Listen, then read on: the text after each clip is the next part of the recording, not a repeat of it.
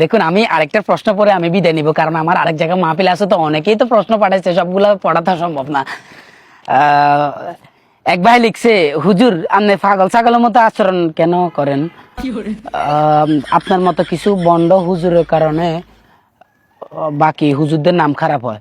মাহফিল শেষ করে বাইরে আসেন, পোলাপাইন দাঁড়ায় রয়েছে। কেন কেন আমাকে রীতিমতো হুমকি দেওয়া হচ্ছে? কেন আমি অন্য জায়গায় মাহফিল করতেছি না, সারা বাংলাদেশ মাহফিল করতেছি, আপনারা শুধু রীতিমতো হুমকি দিচ্ছেন। এই প্রোগ্রামে আসার পর থেকেই আপনারা শুধু আমাকে উল্টাপাল্টা প্রশ্ন করেন, এখন আমাকে হুমকি দিচ্ছে কেন? এটা মাহফিল কমিটির লোক কোথায়? আমার মনে হয় এখানে এই এলাকার চেয়ারম্যান সাহেব যিনি আছে, উনি এই কাজগুলো করতেছে, বাইরে পোলাপাইন দাঁড় করে রাখতেছে।